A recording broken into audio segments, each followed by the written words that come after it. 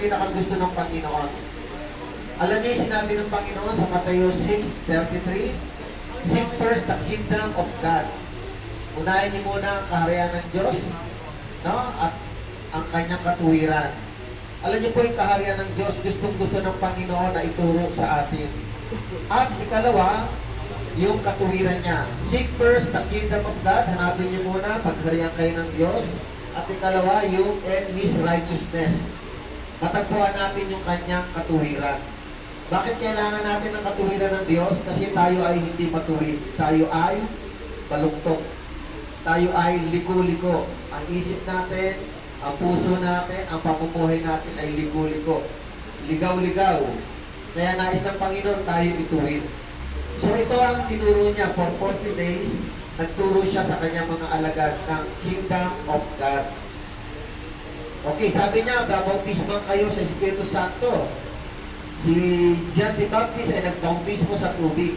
Kung maalala ninyo sa aklat ng Mateo, mga kapatid, sabi ni John the Baptist, si Kristo ay magbabautismo sa apoy at espiritu. Pero siya ay magbabautismo sa tubig. Ang ibig sabihin ng tubig ay simbolo ng paghihingi ng kapatawaran, paglilinis sa ating mga kasalanan. Ngayon, ang espiritu naman, ang magbibigay naman ito ay ang Panginoong Jesus. Siya ang in charge sa baptism of the Holy Spirit. Verse 6, na magkatipon si Jesus, andiyan na kayo, verse 6, sumusunod yung ano niya. Okay na kayo dyan, nadidinig nyo yan. In verse 6, tuloy lang natin. Yung iba nadidinig nila, tuloy-tuloy lang. Iba naman nagbabasa, mata lang nila, okay lang yun. Na magkatipon si Jesus at ang mga alagad, nagtanong sila kay Jesus, "Panginoon, itatatag na po ba ninyong muli ang kaharian ng Diyos?" Nagtanong yung mga alagad, "Panginoon, itatatag na po ba ninyong muli ang kaharian ng Diyos?" So ang mga alagad ay umaasa sila na magkakaroon sila ng kalayaan mula sa Roma. Ang Israel po noong mga panahon nun ay nasa sakop ng Romano. Akala ng mga Israelita ay magiging, alin sa dalawa, pwedeng si Kristo ay magiging hari o kaya ay mag-a-appoint si Jesus ng bagong hari para makalaya sa pagkakaalipin sa Romano. Noong mga panahon na ito, alipin pa sila ng Romano. Ngayon, nag-aas sila ng, tinanong nila si Jesus kung ibabalik na ba ng Panginoon ang kaharian ng Israel. Tandaan po natin, ang Israel po, around 500 years bago dumating si Jesus, mayroong hari po dito. May mga hari po dito. May hari sa Israel at may hari sa Judea. So ngayon, nawala yon. Inalis ng Panginoon at pinabihag sila sa mga Babylonia upang magkaroon sila ng pagkakaunawa sa utos ng Panginoon. So pinaranas ng Panginoon yung parusa sa mga kamay ng Babylonia para matuto, para tumino, para magkaroon sila ng pagkakatakot sa Diyos. Pero binalik din sila after 70 years sa Jerusalem, sa Israel. Ngayon, mga kapatid, akala nila si Kristo ay alin sa dalawa na siya'y mag-a-appoint ng hari o kaya siya'y magiging hari. Anong sagot ni Jesus? Verse 7. Sumagot si Jesus, "Ang mga panahon at pagkakataon ay itinakda ng Ama sa kanyang sariling kapangyarihan at hindi kailangan pang malaman ninyo kung kailan iyon." So mga kapatid, may mga bagay na hindi dapat malaman ng mga tao. Even yung mga alagad, hindi lahat ng mga bagay ay ipinapaalam ng Diyos sa mga alagad. Yung pagdating ng Panginoon, yung Kingdom of God, yung Kingdom of Israel, yung kapangyarihan, yung itinakda ng Panginoon, yung mga pagdating sa panahon, pagdating sa time. Si Kristo nga, mga kapatid, kahit yung time na pagbabalik niya, sabi niya, kahit siya, hindi niya alam kung kailan siya babalik. Sabi nga niya, Diyos Ama lang ang nakakaalam. Familiar kayo doon? Yung second coming ng Panginoon, even si Jesus, sabi niya, hindi niya alam. Mayroong authority ang Diyos na limitado at hindi kailangan malaman ng mga apostol. Kaya sabi ng Panginoong Hesus, ang mga panahon at pagkakataong itinakda ng Ama sa kanyang sariling kapangyarihan at hindi na kailangan pang malaman ninyo kung kailan iyon. Verse 8, ito lang ang priority ni Jesus. Ito lang. Subalit tatanggap kayo ng kapangyarihang pagbaba sa inyo ng Espiritu Santo at kayo'y magiging mga saksi ko sa Jerusalem, sa buong Judea at sa Samaria at hanggang sa dulo ng daigdig. So maliwanag ang sinasabi ni Kristo, para sinasabi ni Jesus, huwag niyo nang alamin yung mga pagbabalik ng Kingdom of Israel, kailan babalik yun, huwag niyo nang alamin yun, nasa Panginoon na yun. Pero sabi niya, subalit tatanggap kayo ng kapangyarihan pagbaba sa inyo ng Espiritu Santo. So ang Espiritu Santo po ay isang kapangyarihan ng Diyos. Amen? Amen. Ang kinikilala natin ikatlong persona o kaya ay yung triune God na Espiritu, siya ay power, kapangyarihan ng Diyos. Sabi dito, pagbaba sa inyo ng Espiritu Santo at kayo magiging mga saksi ko sa Jerusalem. Siguro sabi ng Panginoon, huwag niyong itindihin yung second coming o huwag niyong itindihin yung maghahari sa Israel. Bibigyan kayo ng kapangyarihan. Ito muna gawin ninyo. Magiging witnesses kayo tungkol sa kapangyarihan ito sa buong Judea at sa Samaria at hanggang sa dulo ng daigdig. Ano pa ba yung mga kaakibat ng kapangyarihan bukod sa Holy Spirit? Ano ba yung kaakibat ng kapangyarihan? Tingnan natin sa Roma chapter 1 verse 16. Forward lang tayo sa kanan. Roma chapter 1 verse 16. Tingnan natin dyan. Pwede kayong pipili ako na magbabasa, yung malakas ang boses ha. Roma chapter 1 verse 16 hanggang 17. O page, ano to? Page 189. 189. Papuntang kanan. Pakibasa yung verse 16 hanggang 17. Sino? Page 189. Babae, pwedeng babae. Kita niyo na? Roma chapter 1 verse 16 hanggang 17. Nakita na? Sino pwede magbasa? Ikaw, brother. Pakilakas na lang, verse 16. Lakas, ha? Yan, hanggang 17. Lakas, sigaw. Ha? Hirap. Ikaw na, brother.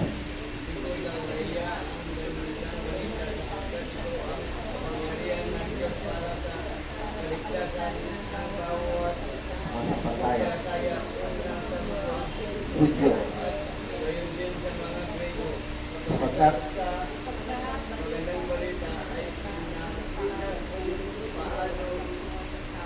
tinuwid sa kanya. Ito ay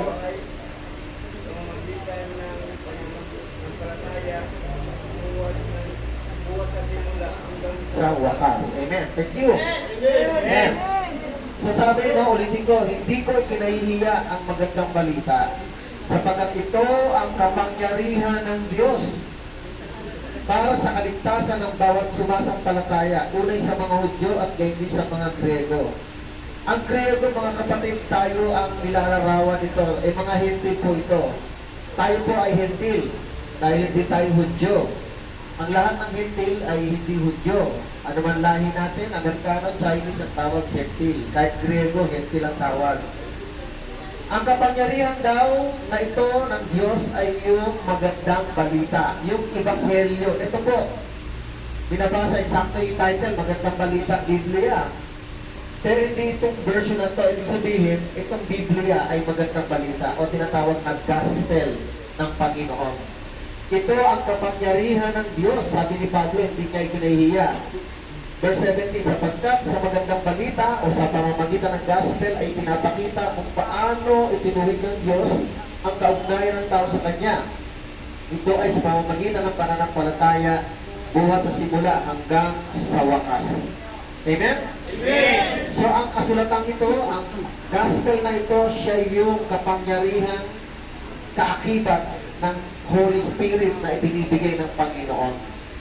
Kaya ang sino man tatanggap ng banal na Espiritu, kasunod nito ay yung salita ng Panginoon, yung gospel, ay magiging makapangyarihan ka sa Panginoon.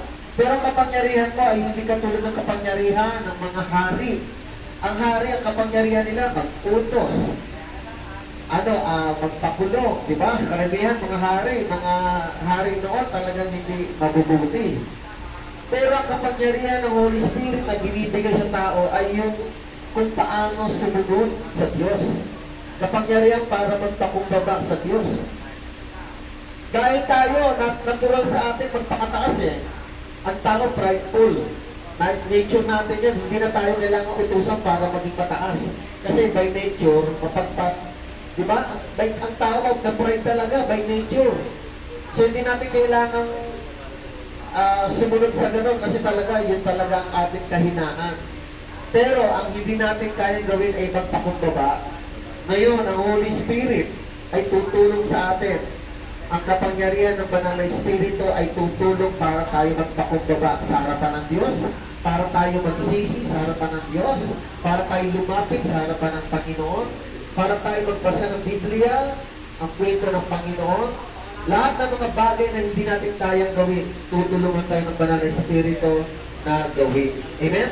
Amen! Sapagkat ang Banal na Espiritu ay makapangyarihan at uutos sa atin.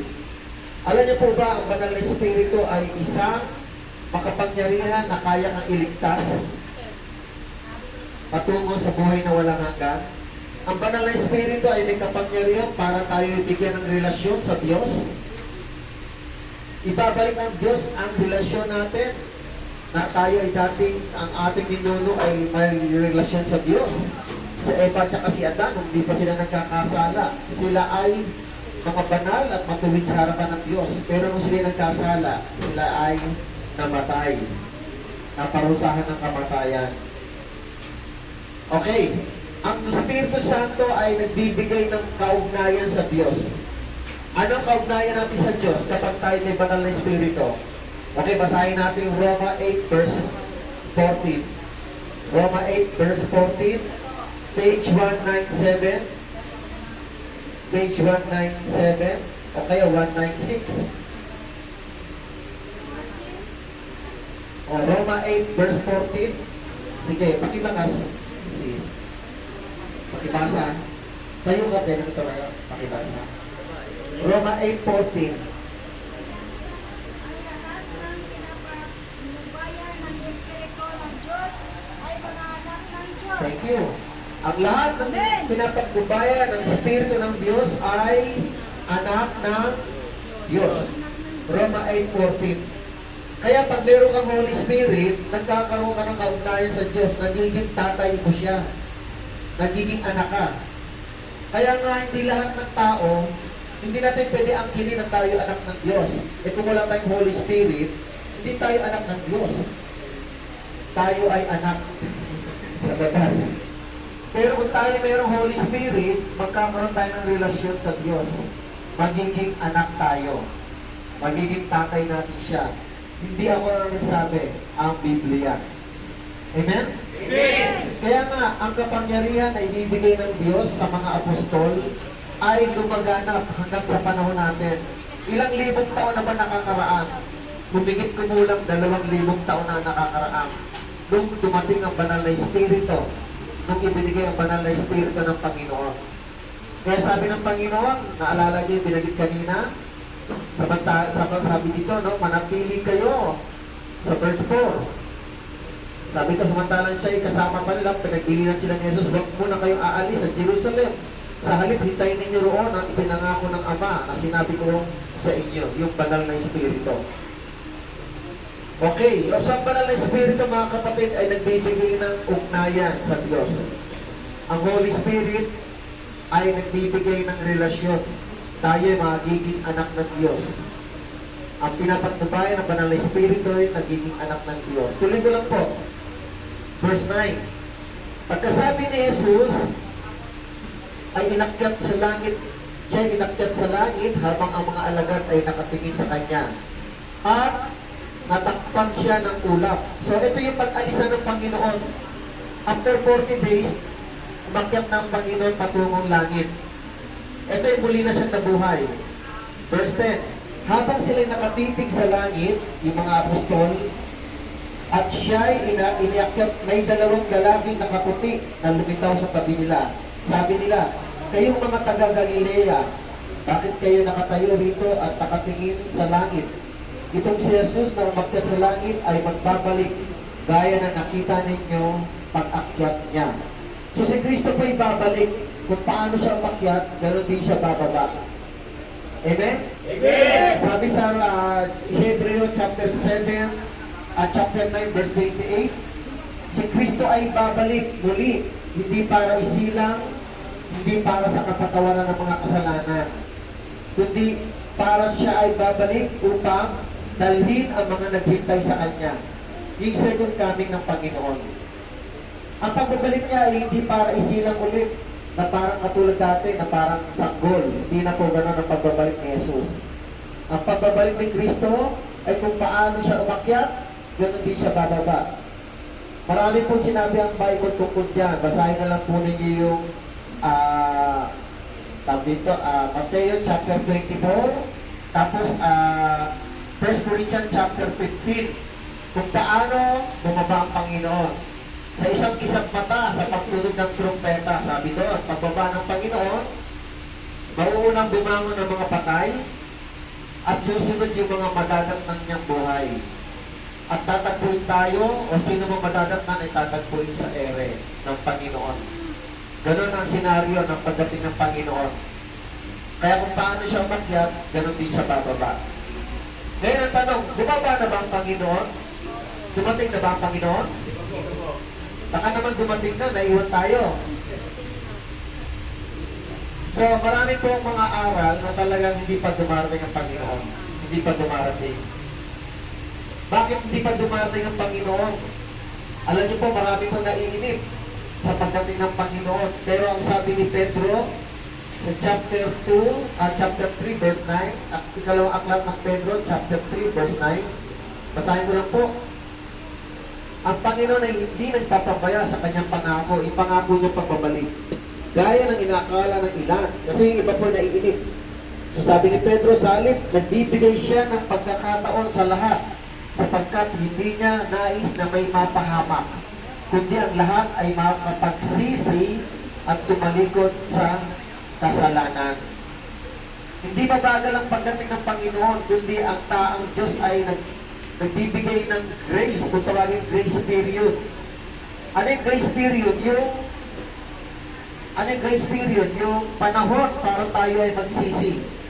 Panahon para tayo tumalikod sa kasalanan. Kaya lang ang problema, binibigyan tayo ng malayang pagkakataon, mahabang panahon. Hindi naman natin ginagamit yung panahon ng Panginoon. Kung ano-ano ginagawa natin. Yun ang problema. Alam niyo po ba na ang buhay natin, kung tayo nagkaroon ng buhay, ngayon nakakaunawa ka ng salita ng Panginoon, alam niyo po ba ano ang dapat natin gawin? Dumako tayo sa pagsisisi. Hinihintay tayo ng Panginoon. Yun ang proseso na hinihintay niya sa mga oras na ito, na tayo ay magsisi sa harapan ng Panginoon. Ayaw niya na may mapahamak sa atin. Walang gusto ang Panginoon na ikapahamak natin. Bago po ako mag-closing, basahin ko ng Ezekiel chapter 33. Basahin ko yung Ezekiel chapter 33. Anong sabi ng Panginoon dito? Okay, Ezekiel 33 verse 11. Kaya lang sa lumang tipan po yun. Ito po.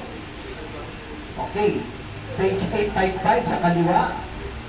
Ezekiel chapter 33.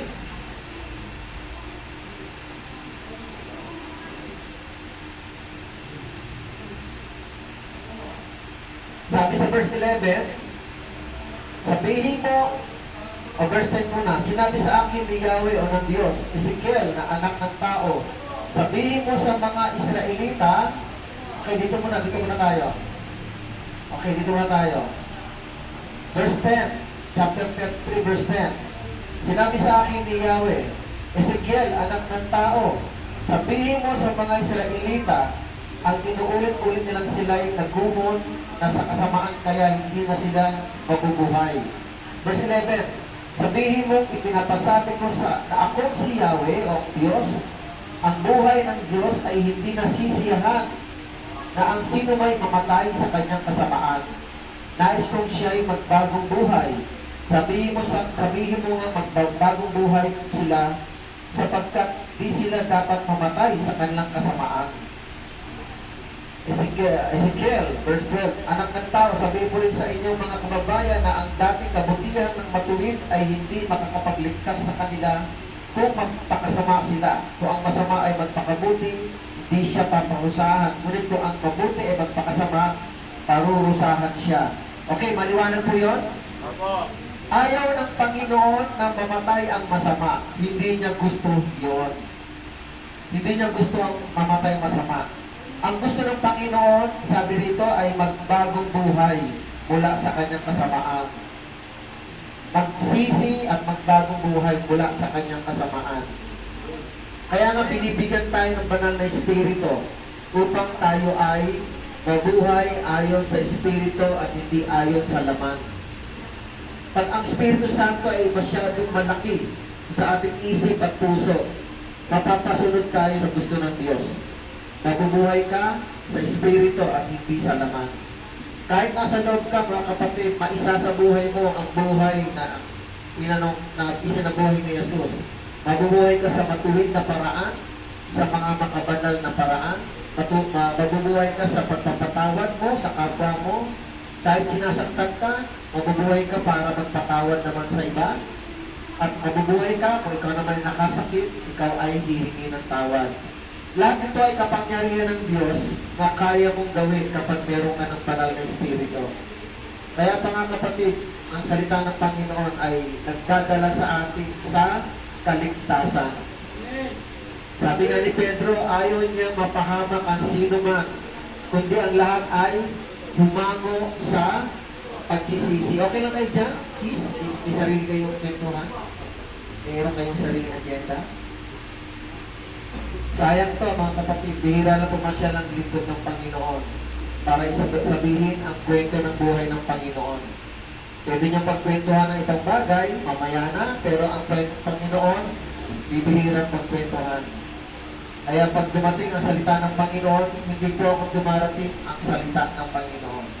Ang banal na Espiritu ay dumarating sa inyo, kaya siya nagtuturo. Ngayon kung palalagpasin ninyo, wala akong magagawa. Amen? Amen! Kung ayaw niyo pansinin, wala akong magagawa sa inyo. Pag napahama kayo, ang mahalaga, sinabi ko yung katotohanan, kapag kayo napahama, hindi ko nadala ang inyong kapahamakan. Dahil sinasabi ko kayo ang salita ng Panginoon upang kayo ay maituwid, upang tayo magabayan, pero kung kayo mapahamak, ayaw yung pansinin ng salita ng Panginoon, kayo na magbibit-bit niyan. Amen? Amen! Wala na ako doon. Andito kami para sabihin ng kaligtasan. Kaya mga kapatid, huwag ninyong sasayangin ang panahon na ibinubugol ng mga pastor dito o sino man nangangaral dito sapagkat ang dala nila ay ang kaligtasan natin lahat. Kasama na kami doon. Ang kaligtasan na tinanggap namin ay binabahagi namin sa inyo. Ayaw namin ipagparamot ang kaalaman na tinanggap namin sa Panginoon. Pero kung hindi nyo papansinin, okay lang sa amin yon. Hindi naman kami ang hindi nyo pinansin, ang Panginoon ang hindi nyo pinansin. Kami, nagtatrabaho lang kami sa ubasan ng Panginoon, ipahayag ng salita niya, pero kung hindi nyo papansinin, kayo na pong bahala doon. Amen? Amen! Wala naman akong sinisigil sa inyo. Amen? Amen! Meron pa nga nagmamagandang loob para magbigay ng tulong, pagkain, o ano mang pangangailangan nyo. May nagmamahal sa inyo. Ang sa amin lang, ibalik ninyo yung pagmamahal nyo sa Panginoon. Hindi namin kailangang bayaran kami sa ginagawa namin. Ito ay ginagawa namin para sa Panginoon. Sino po ba naman kayo? Hindi naman namin kayo kilala. Para pag-aksayahan ng panahon. Amen? Amen! Pero pinag-uutusan kami ng Panginoon, mahalin kayo sapagkat ito ang gusto ng Diyos. Bigyan kayo ng panahon para dalhin kay Kristo. Kaya kayo na po bahala kung ayaw niyo makinig, nasa sa inyo po yun. Pero sinasabi ng Panginoon, mahal niya tayo. Ayaw niya na mapahamak at sino mang masama. Gusto niya tayo maligtas. Kaya mga kapatid, nawa ay maunawaan ninyo yung salita ng Panginoon. May mga gumastos bumili ng Bible para dalhin sa inyo, magbasa ninyo. Hindi po yan kinuha sa tindahan para hingin. Gumastos po para ang Biblia mamarating sa inyo dahil mahal kayo ng Panginoon. Na-extend yung mag-ibig nila sa Diyos. Kayo ang nakikinabang sa pag-ibig nila sa Diyos. Meron din to, mga kapatid. Sabi nga ng Bible, sabi ni Jesus, hindi lang sa tinapay nabubuhay ang tao, kundi sa bawat salita ng Panginoon na lumalabas sa kanyang bibig. Kaya mga kapatid, maraming salamat. Ayun lang. Sana huwag natin babaliwalain ang salita ni Lord. Pag naghatol ang Panginoon, ang sabi ng Panginoon sa Revelation, bubuksan ng Biblia at ilaakmay buhay natin kung tayo nakinig, isinabuhay ang salita ng Panginoon. Sabi ng Lord, di ba,